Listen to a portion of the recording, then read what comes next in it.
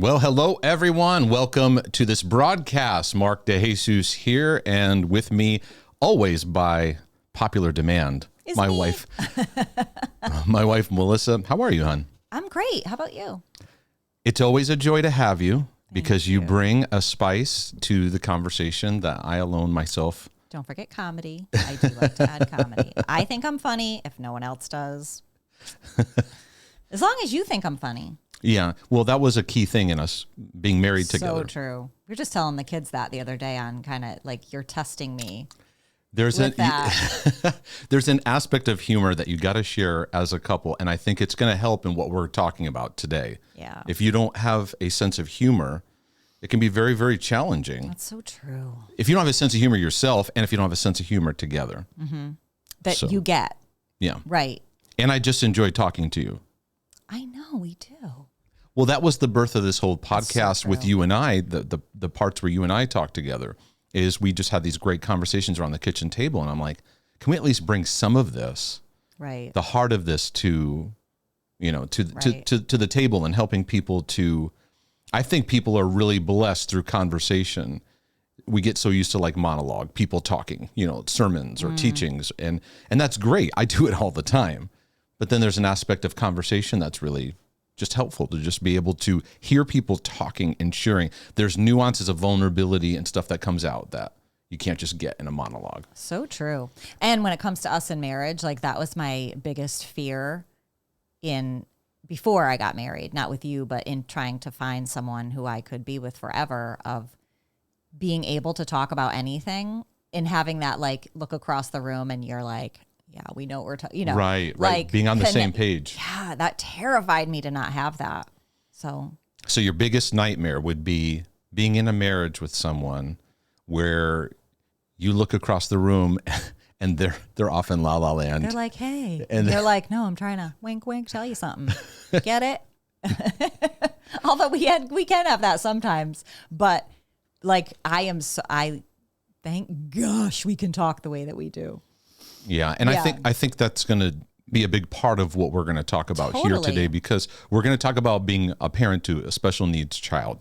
We certainly won't cover everything, and this isn't us trying to tell you what to do or us trying to... Or that we have it mastered.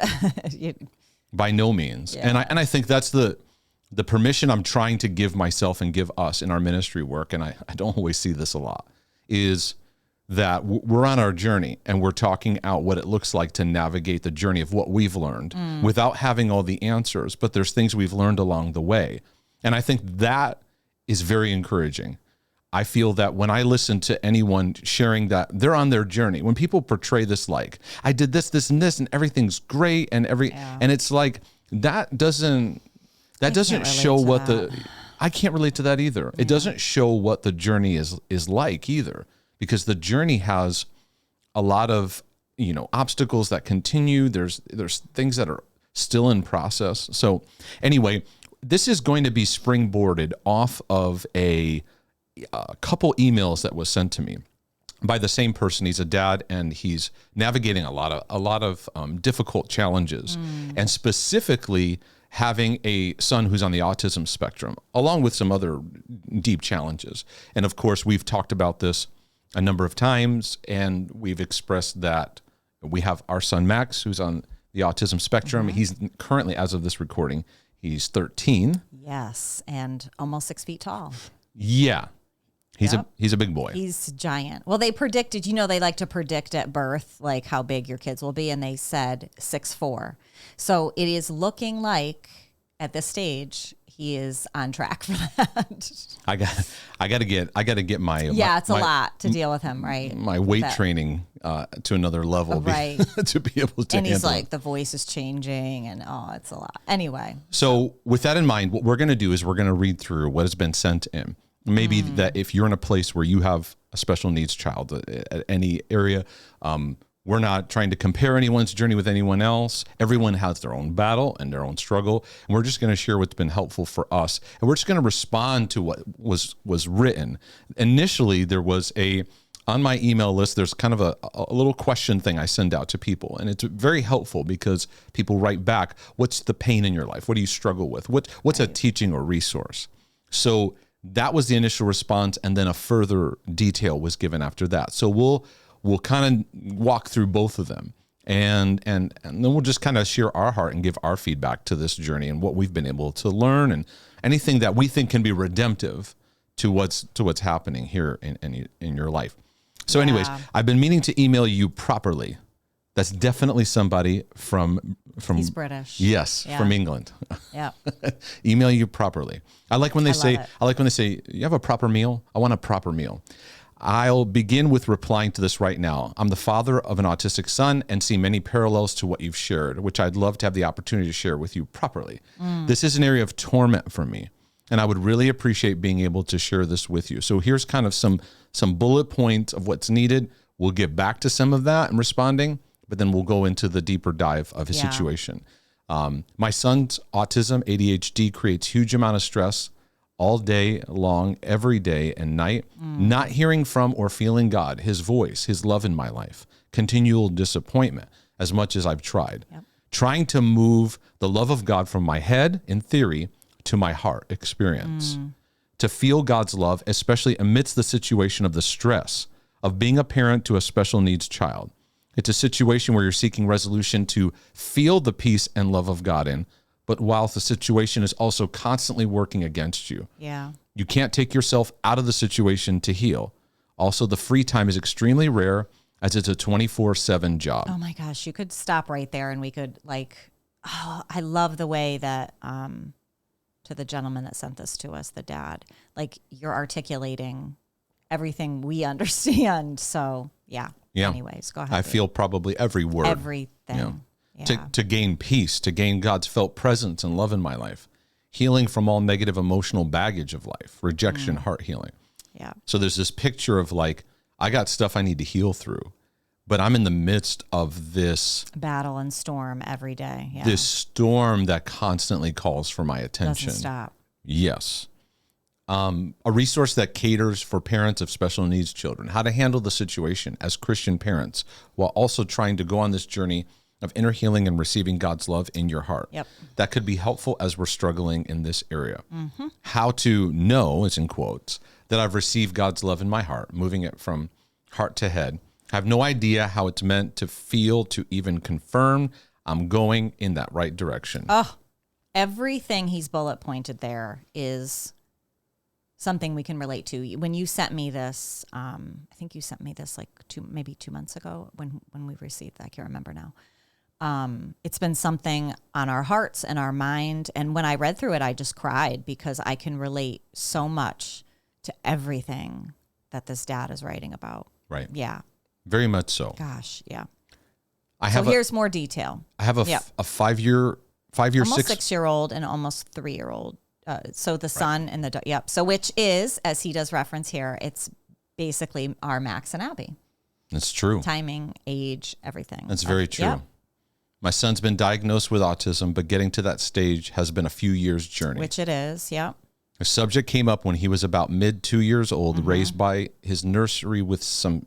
Yeah, he was in a nursery where maybe he went to a daycare or something, and he was showing some signs. I thought nothing of it. Just some developmental that will kick in. Which most people are told. I'm just going to interject even as you're reading. Yeah. Same thing for us. Max was almost 2, and the doctor was like, we were starting to notice some things, and he said, he'll grow out of it. Don't worry about it. And my heart goes... Some people are told that. A lot of people are told My heart goes out to parents because when you feel that, all kinds of fears start to rise up. And even with patterns of obsessiveness that you're working through. And I kind of wonder, does the dad here have some obsessive compulsive kind of issues as well as anxiety too? That I do, when I read through the whole thing, I did feel a sense of a lot of pressure, a lot of self-pressure. And it's very challenging when you're in that uncertainty of, does my kid have an issue? Does my kid you remember not? that time very well. What's going on? And that he'll grow out of it is certainly something that could apply to situations, right? And then you're like, but what if it doesn't? And it was that period of our life was very, Very very, tough. very difficult. You feel Right, very, because even as, when I'm looking here, the subject came up when he was about mid 2, so that would be put, yeah, that's what we were about. And then we had a miscarriage in between that we were dealing with, and then got pregnant with Abby. right.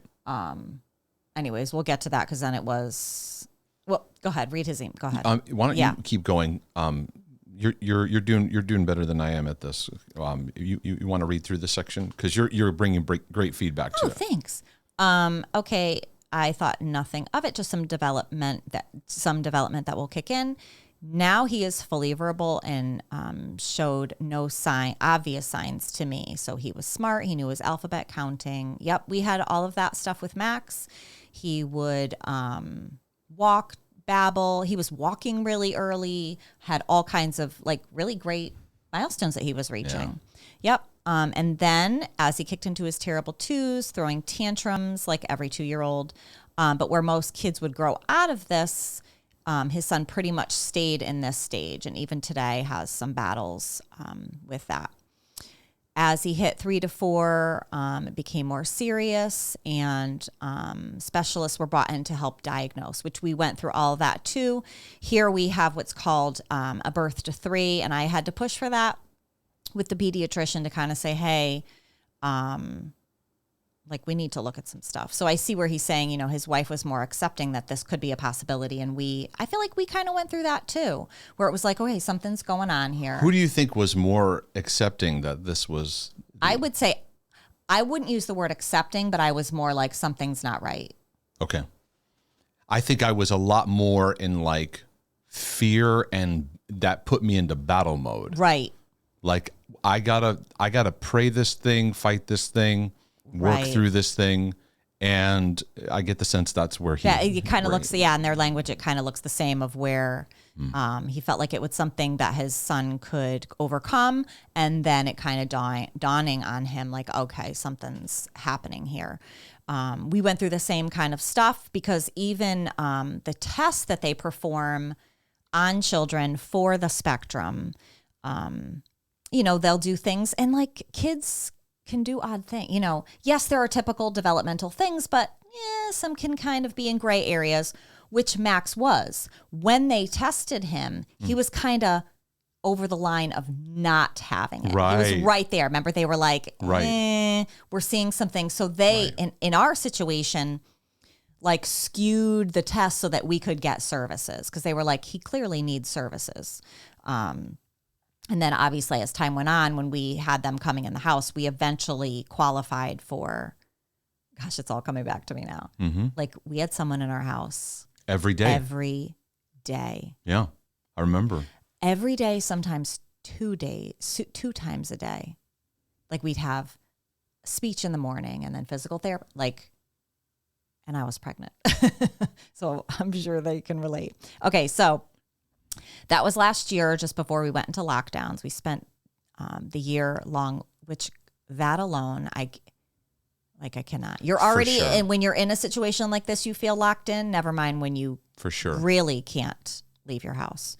So we spent year-long lockdown at home with an autistic 4-year-old, and we're really out of our depths. That sentence even feels hard to read. I understand it. Could we pause there for a little bit? Sure. Because I feel like this is where the rubber meets the road. This is the hard part about where you're actually coming to an awareness of some kind of diagnosis, of some kind of Acceptance and okay, what do is we that do now? and what does that even look like? It's very, very painful. I think of that time. I remember when every year it's something that it's become a tradition in our family where I put together a family video. It's become something that everybody looks forward to, and our, you and the kids, and It's our year in review and video and picture and it was actually a way for me to process the year and work through pain and work through difficulty.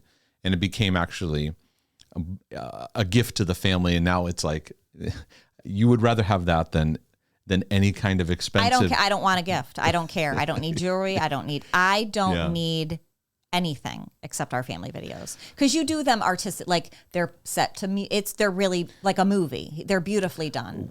But they're in sections, Yeah. and Yeah. So I bring that up because during that time of Max's diagnosis, watching the videos and clips of him was incredibly painful, to the point that I was like, I don't know that I can put this video together, because I'm watching clip after clip. And then I'm also playing it to music that's very either worshipful or exciting, and pain is just coming to the surface. Yeah. Cause we had in video real time, his, digression of him alert looking, and then you see nothing in the eyes. Yeah. And I think that that's a good picture for me, and you can share your expression of it. I think this is probably the most important part of the journey, is how we process it. And I think if I was to look back at that time, the only thing I would probably recommend is a intensely high form of compassionate kindness that I needed, because I was spinning a lot. It's a deep struggle. Like it hits you at the core, and you feel very alone. You feel very alone in the world. You feel very alone in your situation. And then what makes it more difficult is you're open now as a Christian to the world of Christian cliches, where people mean well. They don't know what to say. They're awkward in themselves, and they just say things to try to just wrap it up in a nice bow. Or they give you fix it. They give you, hey, you should read this book. Go to this website. Get this. To this day, I get people that do that. Maybe you should try so this. If we could even if I could put a caveat, I know that people mean well. Please don't email me with a doctor that that healed. Okay, right. I appreciate people's well-meaning things, and there have been people that have sent us some great things.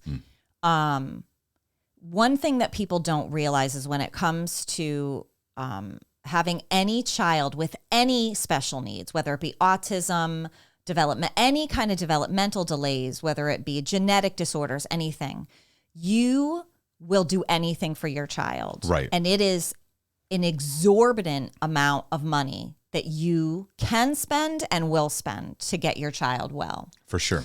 So, a lot of the doctors and people, and they're out of reach for the average person to even get help with too, who specialize in a lot of things. And you end up in the system.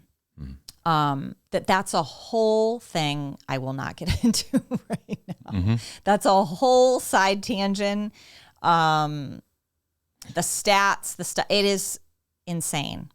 There's an aspect of autism where there is a saying that I agree with. When you meet one autistic kid, you've met one autistic kid. It's not as cookie cutter. There's layers. There are similar traits, but right. There's layers of things, but there's nuances to each situation, and there's nuances to what may have been influential. We look back at our journey. We have some convictions of what we feel was very influential and probably affected him. Yeah. But it's like it is.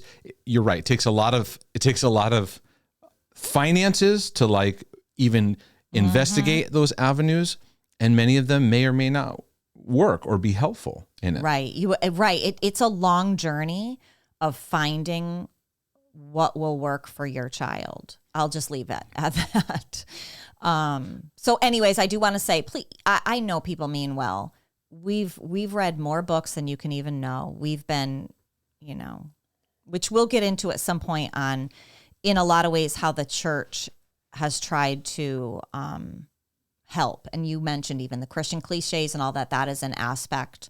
And we'll get into it a little bit more as we go through this. So looking back at that time when Max is first getting diagnosed, what do you think is the biggest thing that you needed during that time? I know that's a loaded question. Like, what do you think, like looking back? Because I think when you're coming to terms with what you're dealing with, that's a very crucial part, because we go into our response modes. Right. So, okay, when I look back, the instant, as you were even saying that, there is a dichotomy in it because you need to relax, take your peace and walk through it. But it feels in the same token extremely 911 and you need to act now. Yeah. And those two things colliding, they're really, really difficult. You feel that every day. Yeah. Like I still sometimes go through that with Max. I'll look at him and think, oh my gosh, I need to do this today. I need to act today. I need to, maybe something I was putting off or whatever that we couldn't afford or, I need to do it now. But no, I need to relax. Time will come when I get, there's a constant conflict between those two worlds. So when I look back, I could say, oh, wow, I just needed somebody to love me and say it's okay. But there is a part that you and I had to walk through this. It's a conflicting thing as a parent to feel no pressure, but yet it's your kid and you feel a 911 over them every single day. Right. Like if we can just find the right doctor right now, if I can do this right now, but no, I need to sleep. I need rest. I need nutrition. I need myself. It's a constant conflict in your day all the time. Mm-hmm. Yeah. So it's a great question, but I don't even know. That's not a perfect answer. There isn't a perfect answer. Right. Because if I had somebody sit down with me and go, hey, listen, this is what he's got. You got to learn to be compassionate, learn to lovingly accept this is where he's at and work with one step at a time, which is kind of more my mindset now is working with him, allowing how to connect with him, how to see God's heart for him and respond out of that, right? That takes a lot of heart work and a lot of journey, right? But if I got that kind of word back then, I don't think I would have listened to it. No, we wouldn't have. So it's like, well, what I need, well, I don't know that I would have listened. I don't know if future Mark went in a time machine and went to past Mark, I would be like, who is this false prophet? Right. And it's like, you're very right. The stuff we go through, we have to just go through it. I think what helps me through navigating through it is I have to keep at bay thoughts that hinge on this has happened because of something I did wrong. This is here because of something I'm not doing. Right. Okay. And that for Christians is a monster. Is gasoline on a spark. It really begins to inflame self-condemnation and pressure and panic and I got to fix.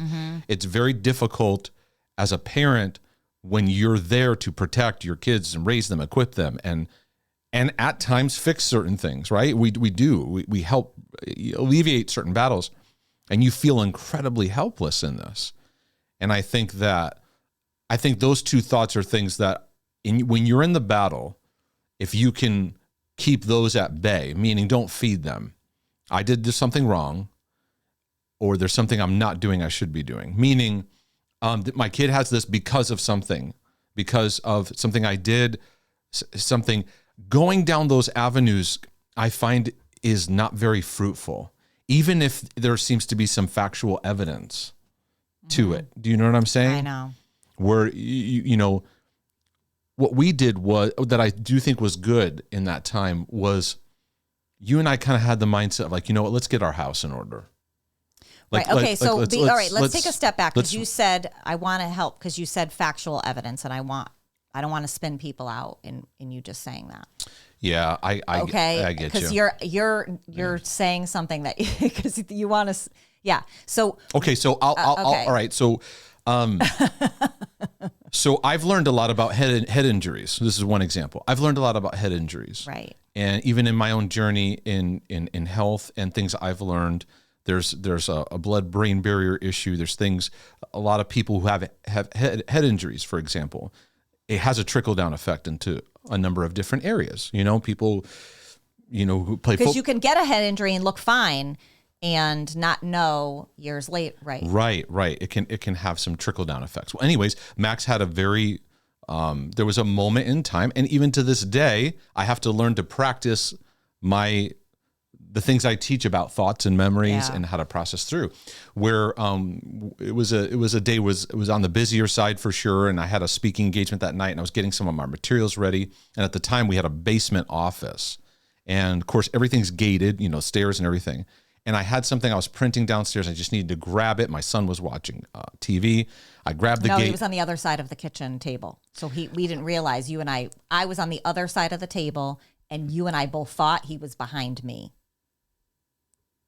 Yeah. Our table was this way. My memory was he Yeah. was watching Tigger and Pooh, but Yeah. that's Yeah. that's where it's locked in. I know, right? Whether, but anyway, so I go downstairs, and it was just an awful Yeah. moment because the stairs were wooden, and he came around and fell down the stairs, and it was just awful. It was just an awful moment. It was an awful day. We had to rush to the hospital, and then we were like, all right, I guess I should go ahead, and he seems okay. Right. Well, you go to the hospital, and then they treat you like you've abused your child. So they remove the child from you to make sure. That's a whole thing too. Yeah. And I get it because whatever. But yeah. So he was fine. He was running around the ER. He had a little bruise. Right. He didn't even really cry that much because you grabbed him and we just cried and prayed on him and called the doctor. Okay, take him in, and they were like, he seems fine. Well, there's so many things we didn't know about trauma and those. Now we're not saying that the head injury. Yeah, but it plays. Because Max had a traumatic birth. He was born Frank Breech. I had to have an emergency C-section. He was a mess after that. I was a mess after that. He had torticollis, meaning he looked, because he was smushed in the womb, he had his whole face was smushed, the poor kid. It was from birth. The poor kid had thing after thing. He got the flu so severe when he was 8 months old, lost muscle control. There was his immune system was just whammied, this poor kid. Right. Whammied. Anyways, so that's what we're saying is Mark and I have taken stuff and put it up on the board of life and looked at it all. And in the fact, when you're saying factual, when we look at things, we say, what could have contributed? Because, there are many theories. We're not going to get political. We're not going to bring out, Mark and I have our theories on what led to Max and autism. Oh, are you talking about the V word? We're not going to say it because I don't. Don't be emailing me. It's illegal. Because it's illegal to talk about stuff. We do. Maybe I could say the setup. Maybe I could say it like this. Okay. You have the setup of everything you have, and we do feel he responded very negatively. He absolutely did to the several times to the V treatments. Okay. Yeah. So we'll leave it at that. Okay. For sure. Okay, because it's not about that. It's about all of this, being a parent and dealing with all that. Of That though is a part of the healing journey too, because we were asking questions and things like that, and it took us a longer time to get more educated. Correct. On developmental things. So then that plays on you, and then that beats you up. And then you have scenarios that like the falling down the stairs that play over and over again. Okay. And because you're talking about a traumatic moment and then it being brought back, used against you. This is just the start, because I haven't even mentioned spiritual things. Right. Okay. And we're laying all this out. We're going into this because these are all things that Mark and I accused ourselves of, that we did this to him. Mm-hmm. It's awful. We went through everything. Everything. Yeah. Yeah. And when you're talking even spiritual, because we were connected to a ministry at one time that was very heavily and roots minded, and we worked through a lot of that stuff ourselves. But again, that was constant. It's you did this because you were in order in certain, it was, we have run the gamut in how to process this out and how we ended up where we did. Right. Yeah. When you get to the spiritual side of it, then you start looking at what's in the generations, what kind of things are going on in your life that, contribute to this. And then there's, speculation of the autism demon, and we have prayed every deliverance prayer.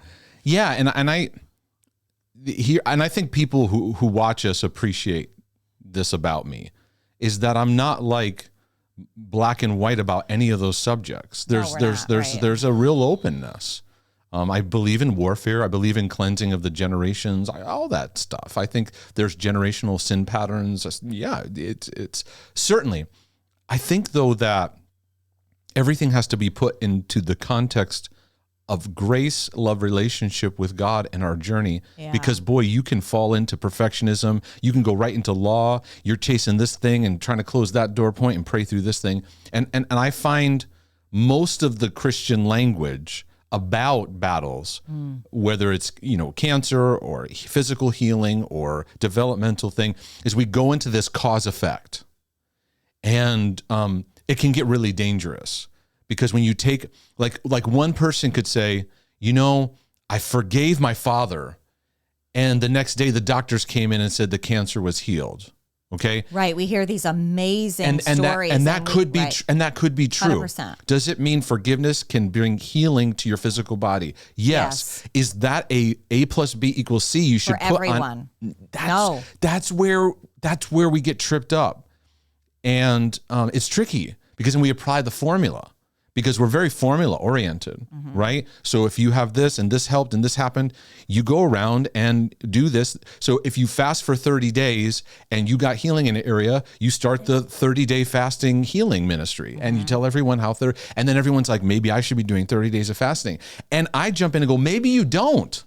Maybe God's not saying that at all. But if you're vulnerable and your kid's sick or you're going through something, you're vulnerable to it. You're vulnerable to somebody going, hey, thisthing.com, that they had maybe I should do that. And you have like FOMO, fear of missing out, where you're like, we went through that. If someone told me to stand on my head, rub my belly, kick a wall, like do any weird thing, I would have done it. And I'm hearing that even in his writing here, like, you'll do anything for your child. Yeah. So the main thing that I got in all of this, as far as like what I should do as a father, was actually the hardest thing. And that was like just minister to Max's heart. That's very difficult when it takes you, was it 3 years? It took me 3 years to get him to say one sentence back to me in conversation. Yeah. It took me 3 years to get him to when I would say, how are you doing? For him to say, I'm fine, how are you doing? Right? Wasn't like that was the right. It took me about 3 years. We just watched that video from the family video the other day of us at the whiteboard. He's like 3 and he can't say a word. And he is just and we're trying to teach him sign language, and it's all a guessing game. And I'm trying to draw, and I'm like, right. You want mommy to draw? Like, I could bawl my eyes out. Oh, I know that about moment. It. I know that moment. It's and I'm watching that video clip. Yeah. And he acknowledged me wanting to draw a cloud, and it was like, yeah. So then it leads when somebody you go right back to it when you get just a little bit of something that you think is hope. Yep.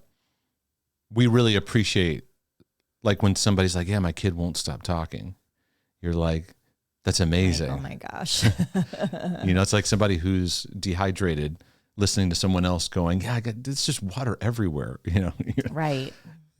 It's, I lost my train of thought. I don't know. Oh, I don't know. We're like, oh my gosh. No. You said about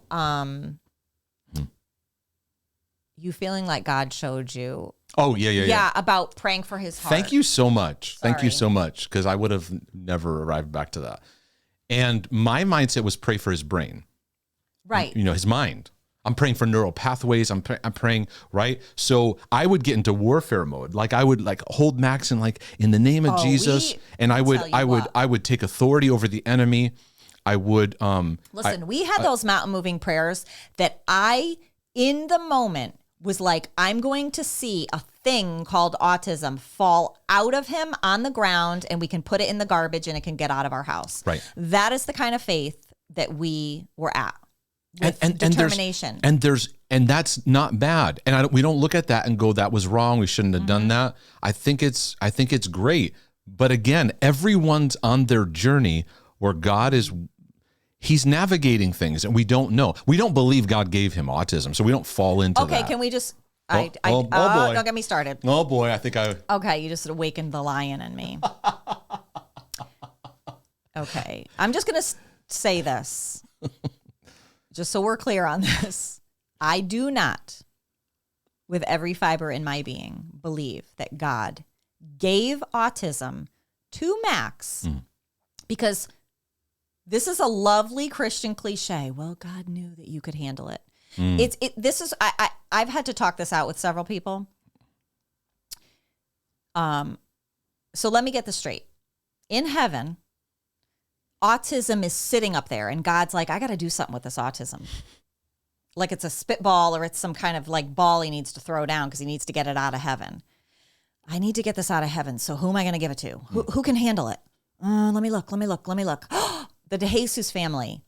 You know what? They love me. Right. I got to get this out of heaven. I got to give it to him. And he whips it on us and gives it to Max because, we're just the kind of people that can handle it.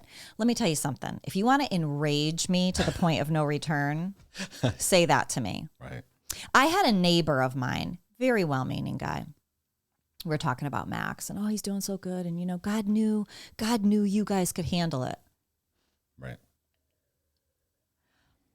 It took everything inside of me.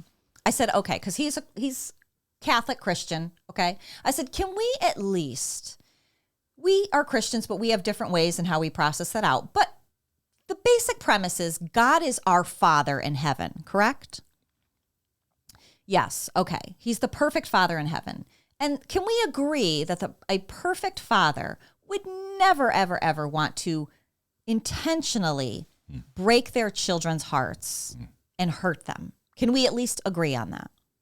Yes. Okay. No father would say, you know what? I think that I'm gonna let my kid have an autistic or a special needs child because you know what? I feel like they can handle it. I feel like, you know what? Right. So him and I went back and forth on this. I'm like, can we just agree that no parent, I said, you're a father, so your daughter is going to have a baby. Is she a strong girl? Yeah. Well, would you give her a child with autism? No. Well, why? You wouldn't do that. Right. So God is a perfect father in heaven. He would not throw, I'm spending a little too long on this, but it's okay. It's fine. He wouldn't intentionally, because you know what autism has done? It broke our hearts into a million pieces to watch my kids struggle. It has disrupted our house, like this guy has said, every single day. God would not do that. That's my final end of the story on that. Yeah. You want to add anything to it? Go ahead. Well, it's we're on the same page in that for sure. But it doesn't leave with clear answer. Correct. Okay.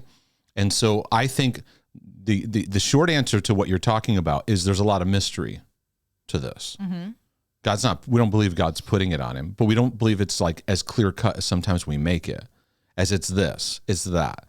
And we tend to, like you could look at something like a physical disease like cancer and go, well, cancer's a demon and we're going to cast it out. And maybe you pray for somebody and command cancer to leave, and maybe there's breakthrough. Or you have somebody else that was sitting in radiation for 15 years of their life, and being so our formulas get tripped up. And this is why people get mad at God. Yeah. Because you're bringing out the God issue. What's God's role in all this?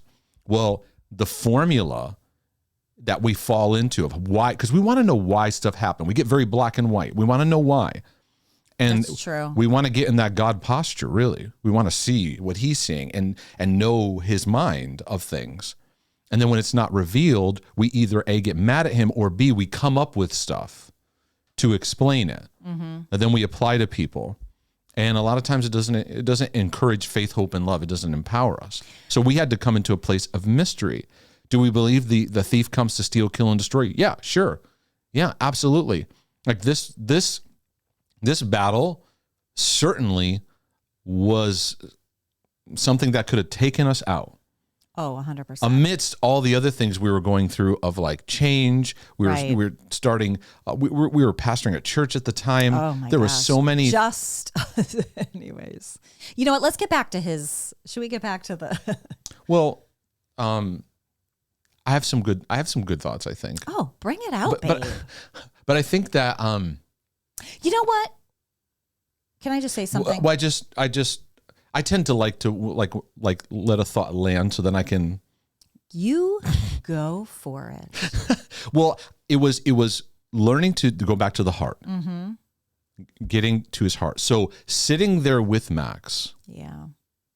and knowing if I spend an hour with him and I get like one sentence, for a man to get out of that like go mode, fix mode, busy mode, and just be, that was like the most difficult thing, to just be in this, because it was painful to see him struggle. But yet get out of like just focusing on that and just be playful and just be in the moment. Right? And I could just feel, you want to talk about like generations. I feel like any honest man, like, you get on your hands and knees with your kids and you're playing with toys. There's a part in the generations that just like you men in generations past didn't do that. They didn't spend that kind of time, right? And you feel this just like go back to work, what you feel comfortable doing, right? And it was, I don't know all the mysteries of what happened, but I do know it called for me, and this is where God's like, I'm here with you in this, and I'm going to walk with you through this. That to me is what I had to learn through, but is excruciating. Yeah, because there was a cry for myself, at least, that as Christians, I went, no, God, not us. Yeah. Not us. Yep. What? No, not us. Right. How is this happening to us? Yeah. For sure. That was a big thing to confront. Mm-hmm. How is this happening? Yeah. So, do you want to share any more on that? No, or I just just wanted to say that. We'll talk more. We'll keep going. Wait, did you finish the go back up for a second? I just want to make sure we covered the I don't know where we left off. I know where I did. Okay. They were in lockdowns. It was hard to get a diagnosis, but then eventually of December of last year, they got their official diagnosis. Yep. And although they really didn't need to know that. I understand that, what it's like to finally, I remember when we went to the Children's Hospital at the time we were living in Connecticut, and I remember finally getting his medical diagnosis. And in Connecticut, they won't officially diagnose till they're five. And that was hard. Yeah. We knew it, but you don't want to hear it. Yeah. I didn't want it part of his official, I didn't want it as an official record. What? That was a whole thing of coming to terms with that too. So anyways, then it has become more apparent to us that we have been dealing with not only autism, but then the things that come underneath autism, which, hyperactivity, OCD. A lot of kids with autism have a lot of underlying things. And Max as well, diagnosed with high functioning autism. So I'm sure we can probably chat it up for a while on what we deal with. So then we understand this. This is where it gets tough as a parent, having to watch your child go through this, but also having to try and handle it and still enjoy parenting, especially with a younger daughter who's taking the brunt of some impulsiveness from an older boy. Yeah, who's probably just trying to be loving, but ends up hurting her. I'd like to read this next section because I think I relate to this a lot. Yeah. I did not accept that he would be this way forever. Yeah. I believe God will heal him. I got to some serious prayer closet time from last March all the way until now. I was going to fight this. And I tell you, I did everything, all the prayer, all the fasting, all the striving to move God, nothing. I felt so disappointed and angry with God. I kept going through ups and downs where I'd be positive with God, then weeks later, super low with him. It's been affecting our marriage in a bad way too. I relate absolutely to all those emotions and then some, because it's natural for a good father to go into, I'm going to fight for my child. There's even this this is a random thought, but there's this episode in Little House of the Prairie where Michael Landon, Please. oh man, Okay. my goodness, Charles. What is give it up for Charles? what is the Amen. what is the situation? Was it his son or like an adopted son? Remember that was sick and he went out into like the middle of nowhere? That episode, And what was the son that he adopted?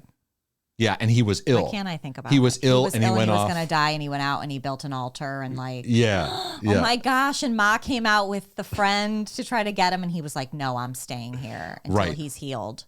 Right. Oh my gosh. And that you feel- episode. Well, you feel that heart of a father. And I cried during a lot of those episodes because you see the heart of a father and fighting. Alberto. No, Albert. I said Alberto. Albert. It was Albert. It was Albert. Okay. Yeah. Yes.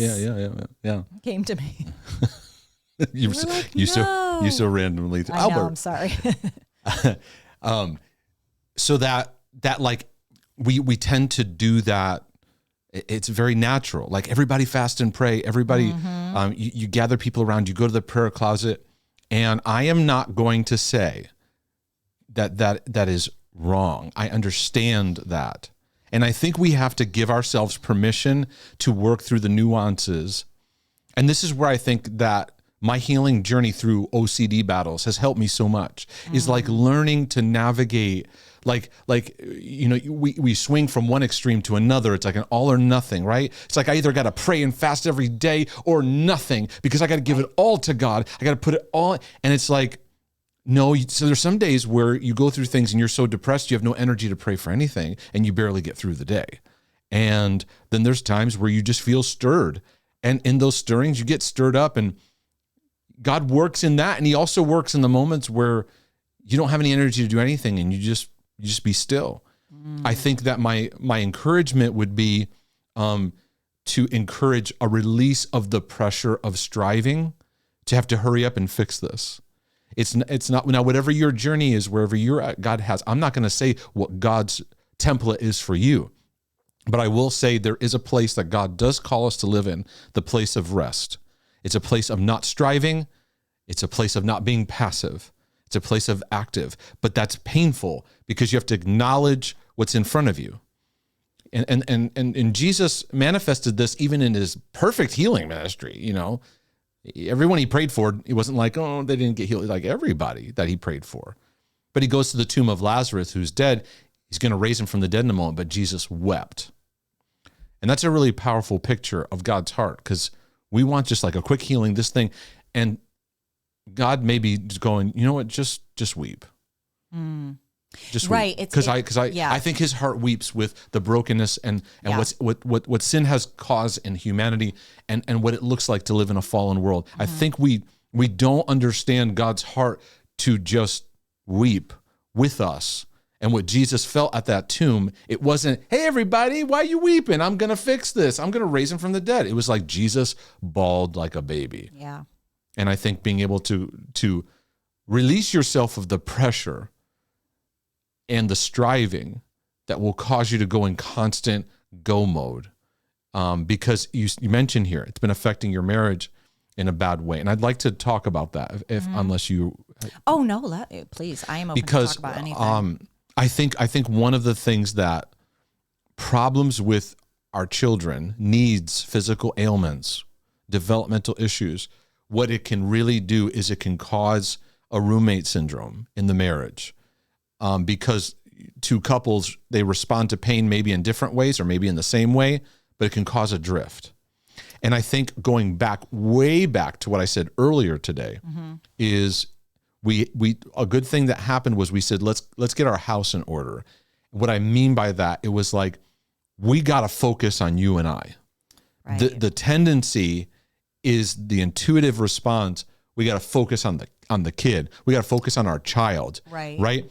And what we needed to do was, no, we need to get into a flow where we are focusing on our marriage and flowing out of that as one, because otherwise we'll get lost in this. Which I do believe is the enemy takes out marriages when it comes to any special needs issue. And I think the stats are, I don't know them for sure, and I've heard it's up in the 70-something% of divorce rate. I don't know if that's actually a true statistic. Right. But most of the time, because autism affects boys at a higher rate, that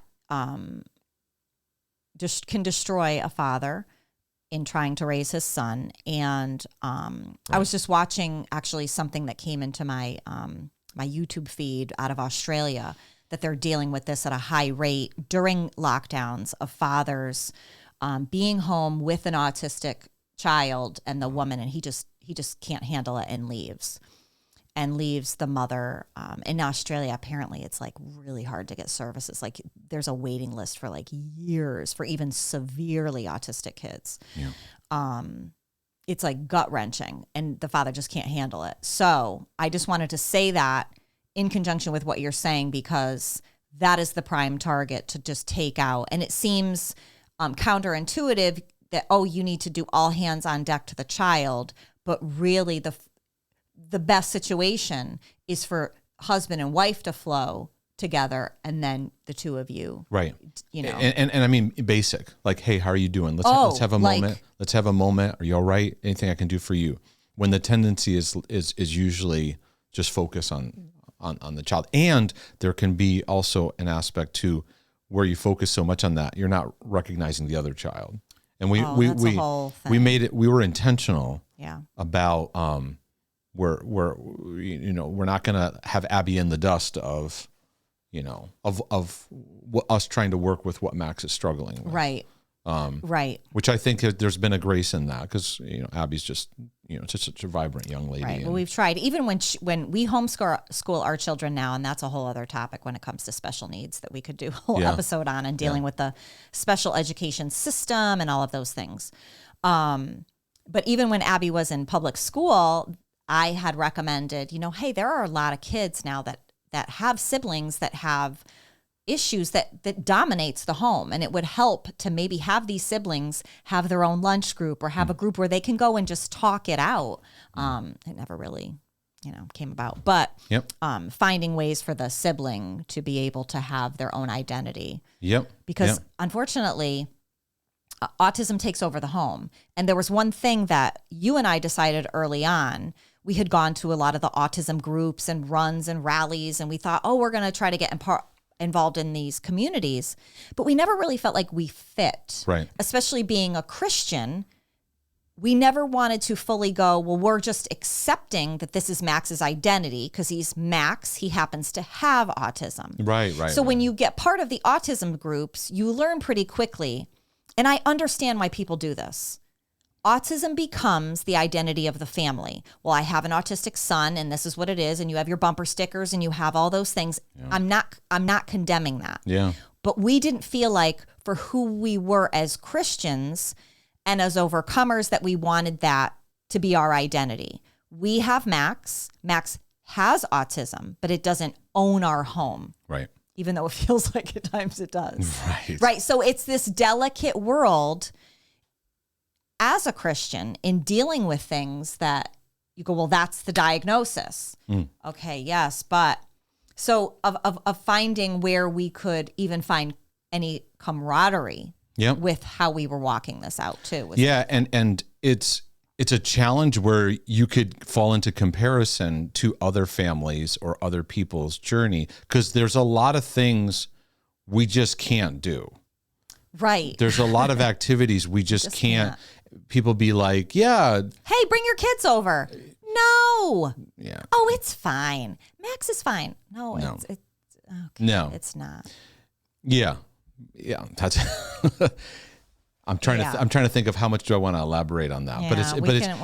But the point being is, like, you have to find the practical summary that I would say to a lot of this is you have to find what's going to work in the ecosystem of what's healthy for you, and the comparison to others where you feel like, well, my kid should be this and I should be that. There may be a lot of things you just can't do right now because you need space to rest. If you have 5 minutes and you're like, now in the midst of it, you're going to have this condemnation hit you. I need to spend more time with God. I need to connect to his love. I need to connect.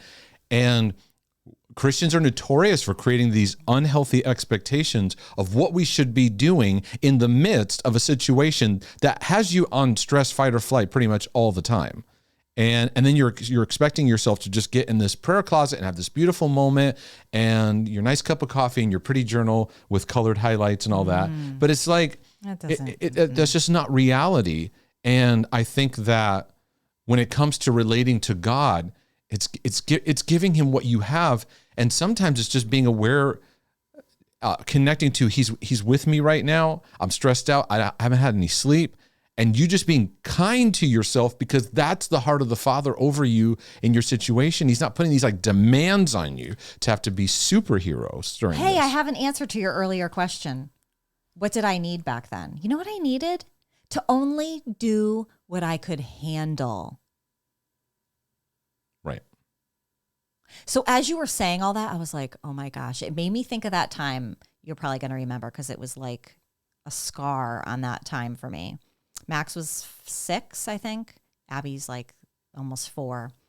And I have this friends from school that we've known forever, very well-to-do, huge house. And she has these huge housewarming things for holidays. And it's like what you would see out of a magazine anyway. So they invite me to go. Bring the kids. Everybody's kid's going to be here. It's going to be great. And I said, you know what? I'm going to do this. I can do this, and I'm going to go and see normal functioning people, and I'm going to just handle this, and the kids will be fine, and it'll be what it'll be, and I'm going to enjoy myself. No. Didn't he break something? Oh my gosh. I found him at one point. I turned my head for a minute to just talk to a friend. The husband was a pilot, and he had like expensive like planes. Yeah. Max was literally like climbing on one of their bookshelves. I can't even begin to tell you. It was a nightmare from start to finish. I don't know why I just didn't in the first half hour recognize this was a mistake and turn around and walk out. I was like, no, I'm going to do this and I'm going to make this work. Abby went upstairs with a bunch of the other kids. And I thought, okay, Max is playing in this little play area. He'll be fine. Let me go find Abby. Well, I go up to find Abby and she's eating lip gloss. I'm not kidding, on top of this beautiful Pottery Barn furniture, gorgeous bedroom set in this girl's house. Abby's standing. I did not raise animals, okay? But she is standing on a dresser eating lip gloss and she has nail polish on her. I'm like, how did this happen this quickly? Right. I get done with her. And I'm like, oh my gosh, she just ate like toxic things. Mm-hmm.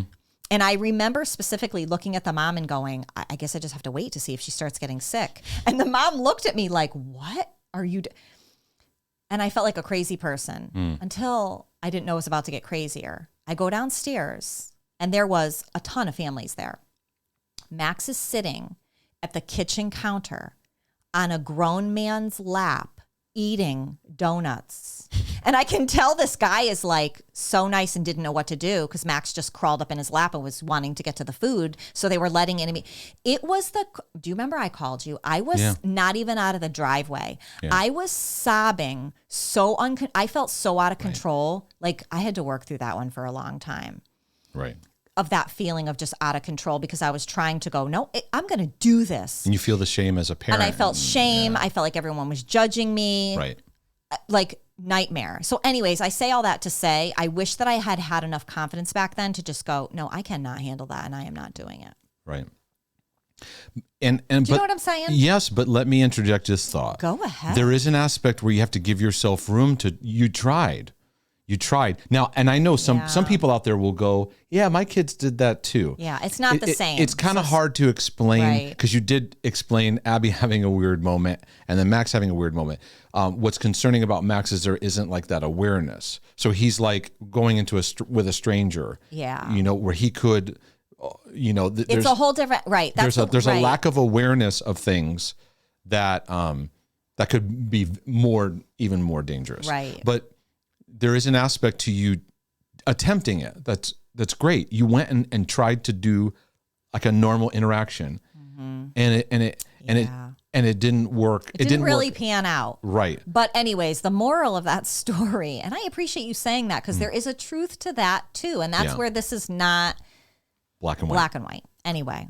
We learn a lot by not being black and white because you can tend to go, I should have never done that, and it's like no, it's not A, it's not B, it's maybe C. It's something, you know, maybe it's great that you make attempts. So you're gonna have those kind of ups and downs, and you have to have an allowance. There's days you're gonna feel very, very down, and you have to give yourself permission that it's okay that you're feeling that because you don't want to force yourself to be superhuman above all these very stressful things, because in your email you get to where January of this year you talk about. Wait, can I, before you get to that, see where he says here, I feel so disappointed and angry with God. I keep going through ups and downs, right? Where I'd be positive with God, then weak, super low with him. Yeah. Okay.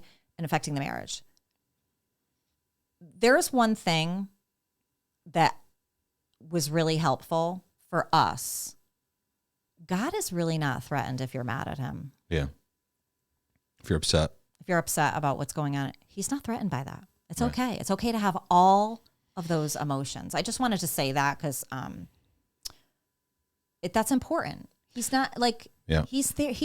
If you think about what you need, I do this a lot, and how if I get tripped up with like any religiousness as I'm walking out, healing father wounds and how I see God and how I relate to God, what I really need in a dad. And a dad would say, you know what, you're mad. It's okay. Let it out. Right. It's all right. Yeah. And so that was a big part for me. And in processing this out with God, that it was unfair. It was awful. Why is this happening to us? Even, God, why are you doing this to me? He's not threatened by those things. Right. And I had to do that and go through that journey and process. We become afraid of it. Right. Because it feels uncomfortable. And it's like, he's not threatened by your anger, and nor is it wrong at times to express that anger. You find your way through it. You do. I just recommend to people, like, don't just, feed the anger and then put a period after it and just walk away. Mm-hmm. And this is something to go through, and part of it is anger is going to rise up, because as I was mentioning, this year your wife has a battle with cancer, a rare form of cancer. Right. So you have stuff stacked up against you coming into your family, pretty heavy, and I think when that happens, it's like I feel this call to simplify as much as possible. We can't live life like everybody else. May not be able to do all the activities to do everybody else because we've got, the son's got this thing I got to do, and my wife's got chemotherapy, or whatever it is that you're working through and navigating in this.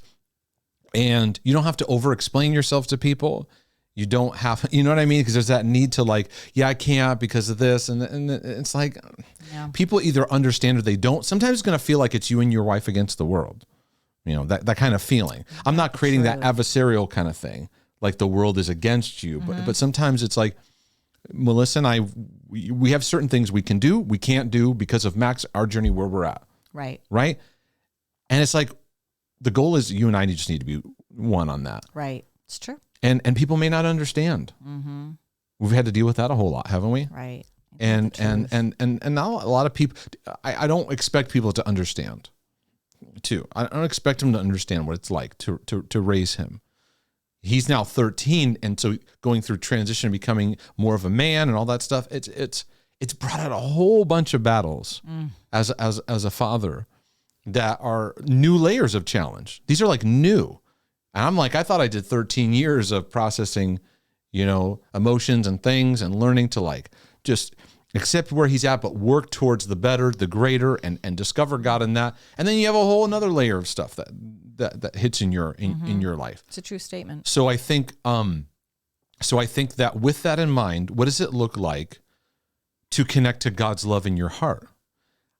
I think number one is being very, very kind to yourself in where you are.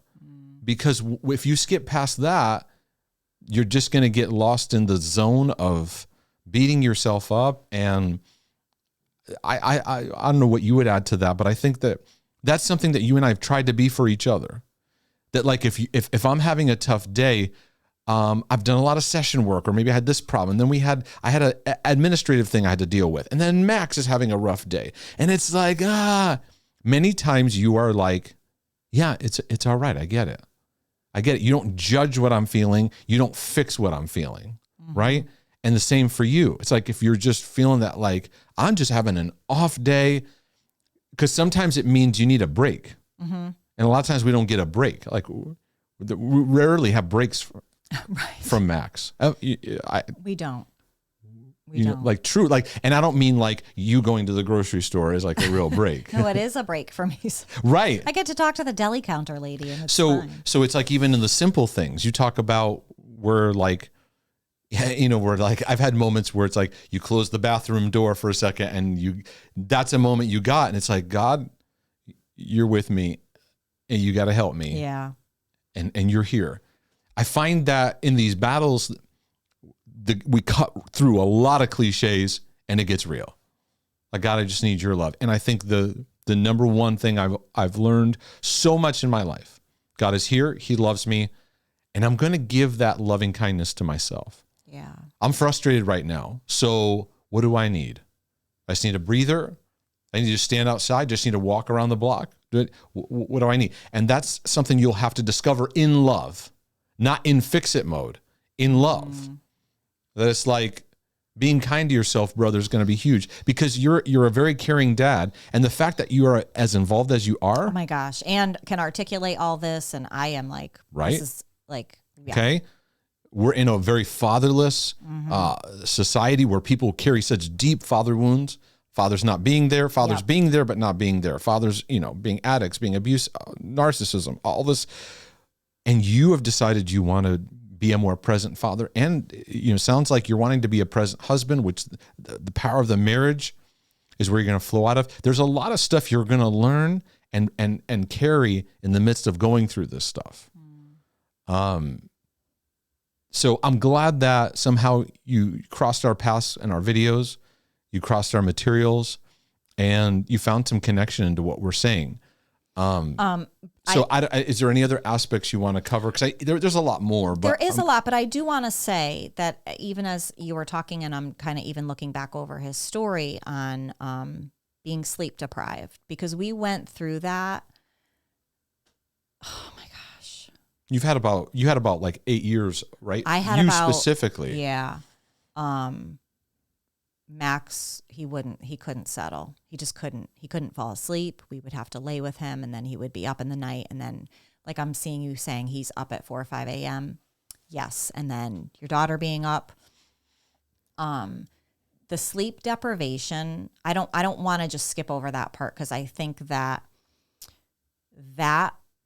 could have destroyed us. That aspect alone. And he writes this interesting thing here, and it's, I relate to it, where he said, I can't even describe what we've gone through. A stranger in a strange land. Yes. Because I want to validate what you're saying in what you are going through and what you guys have been through, and that you're not alone. Right. Every word of your email I took in. I related to every part. It brought me back to even remembering what we had gone through. That yucky stuff happens, and I hate it. I hate that you're going through this, because I remember it, and I remember it well. I'm even as I'm saying these words, I'm accessing my own time of this and welling up in pain for you, for even what we went through, and being sleep deprived through all of it didn't help. It didn't help. And I don't have an easy answer for that either. when you're going through that and you have a child that won't sleep, I remember reading a story of somebody who was up with their kid. Their kid like got 1 hour of sleep a day. Wow. Do you remember me telling? And they had to get to a place where I think I had profiled it on like Dateline or something, where they had to eventually split the house up and they would do rotations where like 3 days on, 3 days off, where someone would go stay in a hotel with the other children because the child with autism just couldn't sleep. So I want to say that the sleep deprivation, you have to remember if you go 48 hours or something without sleep, it like can bring on psychosis. So just even in the natural things, outside of the spiritual things and the heart connected things that we're talking about, dealing with sleep deprivation is a huge aspect. For sure. And you might have to have creative ways on what it looks like to help that. And there's no formula for it. Some people can nap, other people can't nap. You know, we're like, honey, just take a nap. And I wanted to stab you in the face and be like, I can't. If I could. Right. Because I would be I'd be more of like sitting in a chair and I'm like, and out for 10 minutes. Like, whoa, what? And you're like, a nap? What is that? Right. So, and then it's hard for someone to say to you, like, hey, you need to give time to your marriage and you need to. Like, I want to talk about it from a practical standpoint too. Because we can put all the heart beautiness on it and we can tell you everything that we've learned and been through. But I want to just acknowledge the like real natural stuff of how difficult. Like we had to fight to go, because I would put it off because I felt such the duty to be a mom and no, Max is a lot and I don't want to do that to my parents. And even though they were like, no, we want to help. And you would really fight hard to go, hun, 2 hours, me and you, lunch at a restaurant. Right. Just 2 hours. Right. Like you pushed me to say, we got to do this or we're going to lose each other. Yeah. And there were things that we had to desperately fight for so that we would stay sane. Yeah. To just get, okay, we need that time away to breathe, rejuvenate, sit and look at each other across a table. And you don't necessarily think in the moment that's what you need, but then when you do it, you go, okay, having adult conversation is great, two adults talking, and wow, I really did need, and I could feel a sense of like that, not like it solved things, but just like a part of my heart was helped. Right. Like we got to the restaurant like we were going to collapse. And then when we left, we were like, oh my gosh, we're going to hold hands. Right. Right. But we did not feel that. Like we were just in go mode, So I just wanted to acknowledge that because I think it's a great statement that he said about stranger in a strange land. There is no map for this.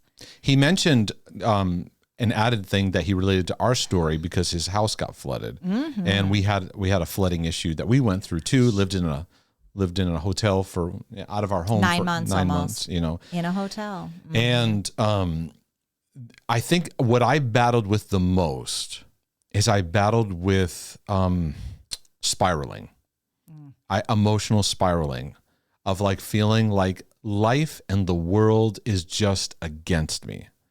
And it took me some time and patience to navigate through that.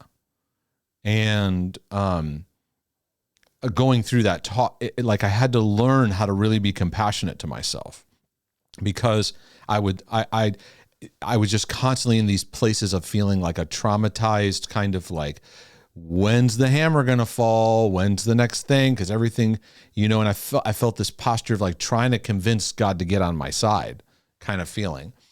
And I had to work through that. Yes. Significantly. Yeah.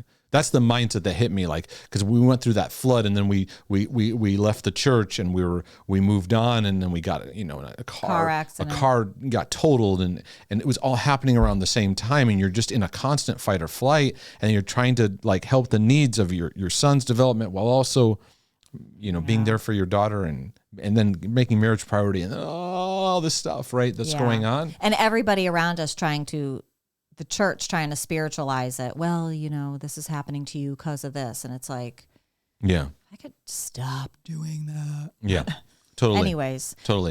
Okay. So I feel like, it goes into more, but I think that's where I would start in the perspectives I gave today. Mm-hmm. Are there any other things that you would add to that? No, I want to just revisit again do what you can handle. There are times you're going to have to be strategic, and other times you're like, this is just out of our control, and how do we find our peace in it? When you have young children, like prayer life doesn't look like what people do it. Right. Like think it is. It's just not. Let's stop putting that pressure on parents. You need to get in the Word. You try when you're sleep deprived, have been up late, or you're literally just trying to get through the day. And I would just develop a sense of awareness of God's with you in the craziness. How do you connect to that? You have to experiment. We did, right. And for some people, it's like they get 5 minutes in the car and that's their time. They talk to God, and that's where they connect. And don't feel bad about it. No. God is with you all the time. It's not just when you decide to go, Father, and pray. It's not when he's with you. He's with you through all of it. Yeah. Yeah. And I think the mindsets that were developed in the book, The Heart Healing Journey, came out of a lot of what I learned in that time about how to be kinder to myself. And it's something I still apply to this day and still recommend, rather than going to fix first, going to compassion first. And so I pray that in our words and what we shared today, that you found some grace, you found some empowerment, some love, and some understanding too. Many of you want to be understood. You want to be seen. You want to be validated that you're going through some stuff, and you are. And you need to receive comfort in that, and then nurture that God is with you, and it's not a cookie cutter answer. No. But in going through it, there are jewels you'll learn if you just keep letting love work. Yeah. If I could, I just want to, we just basically kind of talked about this, but I just want to acknowledge what he's saying here, because it is a pet peeve of ours. And he said, in sharing with others has been difficult because you get the responses like, yeah, kids are all like that. Or I've had people say, yeah, my son has, just ADHD, and I understand what you're going through. And you want to take the person out. You're like, no, you don't understand it. It is different. And I want to just acknowledge that, because brother, we get it when people say that, and you want to start screaming and say, no, it is not. No, you don't understand. Right. It is not. It's just not. Yeah. And we get it. Very true. We get it. So we're with you in this journey. Absolutely. And I appreciated your email. I related to everything in it. And I just want you to know, we felt every word of what you said and shared. Yep. And be kind to that fatigue that you're experiencing. Totally. Be kind to that exhaustion. Be kind to that stress. Be kind to that pain. This is I'm not going to add to your life a list of things you need to do. Right. And a lot of you Correct. that's a word. That's a so word good. for you. That's good. Oh my gosh, that's so good. Speaking of, we need to go have some lunch together or something like that. I need to heat my pumpkin spice coffee too.